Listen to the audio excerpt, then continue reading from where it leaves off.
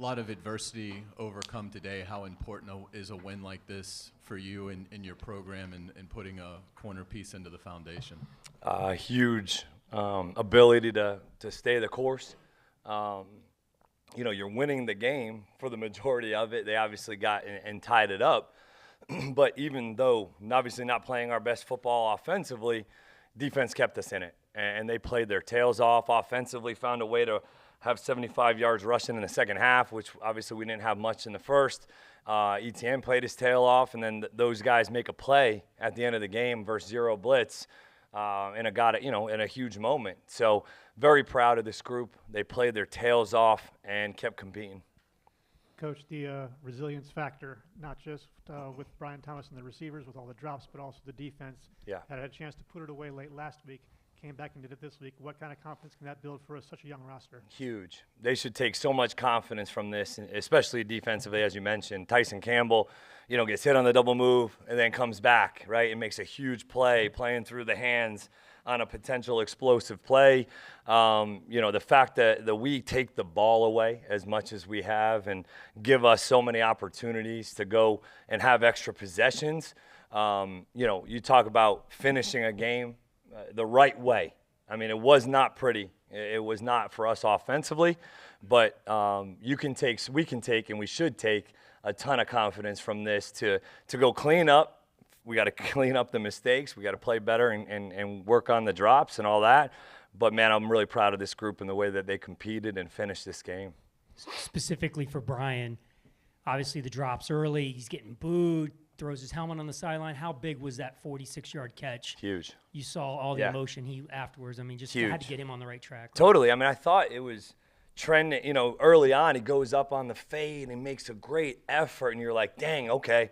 He didn't come down with it, but, man, it looks like it's obviously trending. And then I thought when we had the third, and I think it was 14, where we had the illegal shift where he had a good big time catch. I think that would have got him going. It was every time you had an opportunity to almost get things rolling, something negative occurred. So, just talk to him in the locker room and just, really proud of the way that he finished. That was a huge play and a big-time moment. So, we got to get it cleaned up, but he should absolutely take confidence from that play and be able to continue to go forward.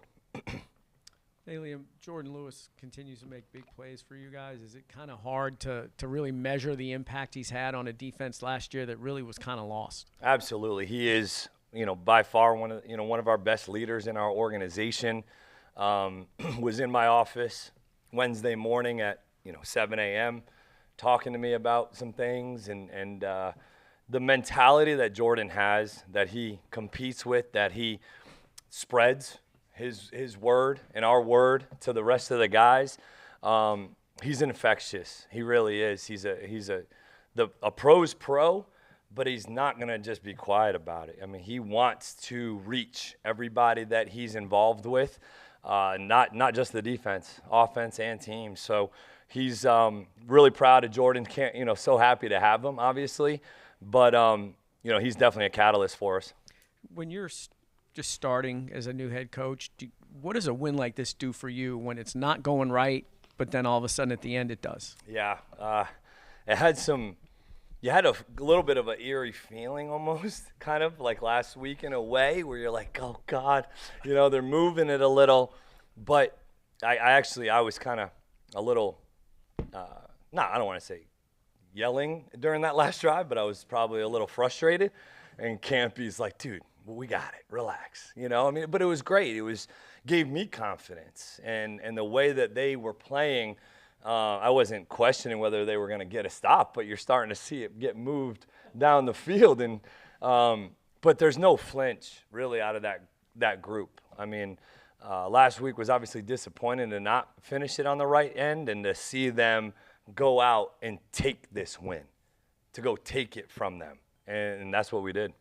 Hey, Liam, 3 games now seeing Josh Hines Allen in action, and today obviously with the tip at the end. Just what have you seen from him, and how important has he been to this defense? Huge. I mean, like we kind of said during the week, it hasn't quite shown in every stat book, but his presence, what he does in terms of affecting the game, both in the run and the pass, has been really, really something that's helped us out to get other people to be able to get pressures and the way that he affects the game, but also just his practice habits, man. Like the way Josh practices, the way that he is in the meeting setting, the way that he lifts, the way that he does everything is really what we're trying to continue to do as a program, and really proud and happy for that defense, especially for Josh. And Josh was incredibly consistent from the start, had a hit on Stroud, I think, on their second play, drew numerous holds. It just seemed like throughout the entire game, and then obviously makes the tip at the end that Antonio gets the pick on. Yeah. But just can you talk about how rare it is to see a defensive end affect a game from basically the first play to the last? No, that's a great point. He did. They started fast. I mean, we elected to defer for kind of that reason, honestly. It was just to kind of get our defense out there and let them go start fast and affect the game. And those guys did that. Josh, the length, but it's just his strain and the way. I'm not taking anything away from his athletic ability, his talents, how hard he's worked, but it's the way that he plays, his strain, his finish. Even if he doesn't win on a rush, he does. Those guys really up front have all done a nice job of getting their hands up and affecting the pass game in different ways. So really, I mean, he was pretty emotional in there and excited and juiced up. So hopefully it's a sign to keep moving forward. Liam, what did it say to you, the running game, just being able to get it going in the second half after starting a little slow? Yeah, I mean, early in the first half, we had a bunch of runs called, and then they had some blitzes and different look. They came out in a 5-big package to our 12 personnel, which was unscouted. We needed to adjust to that at halftime, which we did. And obviously we're able to get it going a little bit. I probably had too many, so some of those runs in 11 personnel, they're bringing Petrie off the edge, and we had some screens and some things. The one that was tipped earlier in the game when we were on like the -30, that was versus 0. That thing was going to be a huge play, but we didn't end up getting it. So called a lot more runs that ended up getting actually executed just because of some of the defensive structures and looks that they were presenting.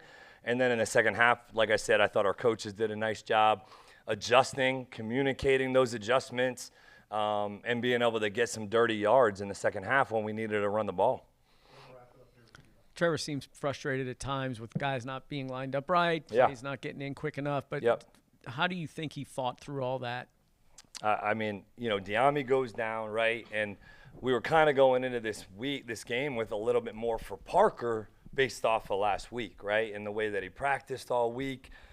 And then, we kind of catch the drop bug a little bit. And so your confidence just as a quarterback, right? Like, it wasn't the timing and rhythm. Some of the stuff wasn't there early. And then when it is there, we're not catching it. And then so you start to force it a little bit, specifically that third down, interception, probably a force. But, man, I was very proud that, yeah, he was frustrated. We were all frustrated on the sidelines and communicating. But there really was none of this at all. It was just accountability. Let's just go play the next play. And then in a critical moment, that play to BT was all Trevor in terms of the can. Like, that was a run play that they had saw blitz on, 0 blitz. He gets out of the play. We had a run on. He gets out of it, fixes the protection, picks it up, and then we execute the, kind of skinny that we had in there, and BT comes ripping in the window. He delivers it on time. I mean, yeah, it was a very frustrating outing in a lot of ways, man. But I'm hoping and we're hopeful that a moment like this can maybe do this for us and help us go to the next level in terms of understanding truly what it takes to throw and catch at a consistent level. Thanks, Coach. All right, guys. Thank you, guys.